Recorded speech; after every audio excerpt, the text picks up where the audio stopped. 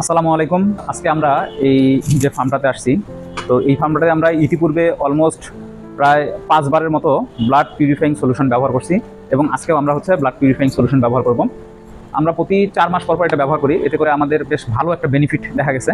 বেনিফিটটা হচ্ছে এই গরুগুলোর ইনডাইজেশন হয় না, তারপরে ব্লাড লেভেলে যে টক্সিসিটিগুলো হয় সেই টক্সিসিটিগুলো হয় না, এবং তারা নিয়মিত কনসেপ্ট করে বাচ্চা দেয় এবং দুধের প্রোডাকশন কনসিস্টেন্স থাকে, মানে যা প্রোডাকশন তাই পাওয়া যাচ্ছে এবং খুব ভালো পাওয়া যাচ্ছে।